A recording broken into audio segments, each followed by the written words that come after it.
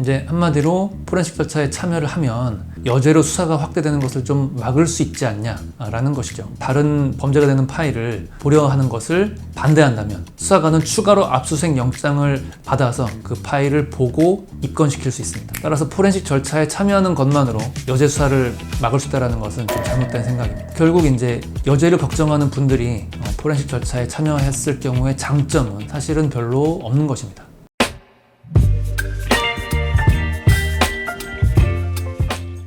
안녕하세요. 법무법인 S 형사팀 대표 임태호 변호사입니다. 디지털 성범죄 사건으로 입건된 분들, 그리고 미성년자가 피해자인 성범죄로 입건된 분들은 필연적으로 휴대폰과 전자기기를 압수당하고 휴대폰과 전자기기에 대한 포렌식 절차가 진행이 됩니다. 어떤 분들은 포렌식 절차에 반드시 참여해야 되는 것 아닌가라는 질문들을 많이 하십니다. 이런 분들은 본건 범죄 외에 다른 촬영물이 아주 많거나 하는 분들이죠. 여죄가 입건되는 것을 매우 두려워하는 분들입니다. 여죄가 밝혀지지 않았으면 하는 마음에 포렌식 절차에 참여해야 무슨 방법이라도 생기는 거 아닌가, 수사관이 본건 범죄 외에 다른 촬영물을 좀 보지 못하도록 해야 하는 거 아닌가 라는 그런 마음에 그런 질문들을 하시는 것입니다. 오늘은 이에 대해서 한번 설명을 드리겠습니다. 포렌식 절차에는 추출 절차와 선별 절차가 있습니다. 추출 절차는 파일에 대한 복구 작업인 거고, 선별 절차는 복구된 파일 중에서 본건과 관련한 파일이 있는가, 또는 본건이 아니더라도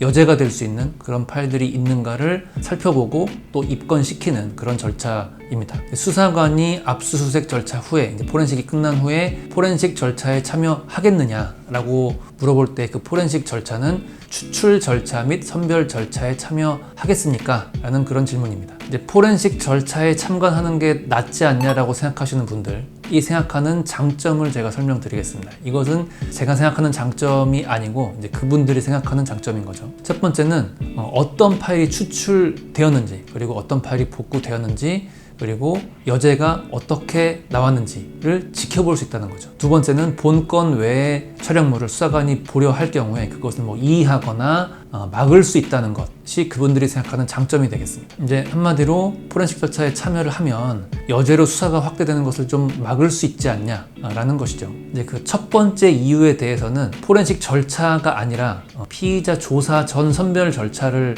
통해서 어떤 파일이 복구되고 어떤 파일이 추출되었는지를 확인할 수 있기 때문에 첫 번째 이유를 장점으로 드는 것은 좀 전략적인 선택은 아닌 것 같습니다. 따라서 첫 번째 이유로 포렌식 절차에 참여하는 것은 불필요하고 또 좋을 것도 별로 없습니다. 이제 포렌식 절차에 참여하고자 하는 것은 이제 가장 핵심적으로는 여죄 수사 확대를 막기 위한 것이기 때문에 이제 그 두 번째 이유에 대해서 한번 살펴보겠습니다. 일단 수사관이 본건 파일 외에 다른 파일을 보려 하는 것이 위법한 수사가 아니라면 수사관이 그거를 보는 거를 막을 수 없죠. 그리고 수사관이 본건 외에 다른 범죄가 되는 파일을 보려 하는 것을 반대한다면 수사관은 추가로 압수수색 영장을 받아서 그 파일을 보고 입건시킬 수 있습니다. 따라서 포렌식 절차에 참여하는 것만으로 여죄 수사를 막을 수 있다는 것은 좀 잘못된 생각입니다. 그리고 만약에 여죄 파일을 보는 것이 불법이 될 수 있는 경우도 있습니다. 그런 경우에도 그 자리에서 포렌식 수출 및 선별 절차에서 즉시 이의를 한다면 수사관은 그 자리에서 보완할 수 있겠죠. 어떤 위법이 될 수 있는 부분에 대해서 보완할 수 있습니다. 이보다는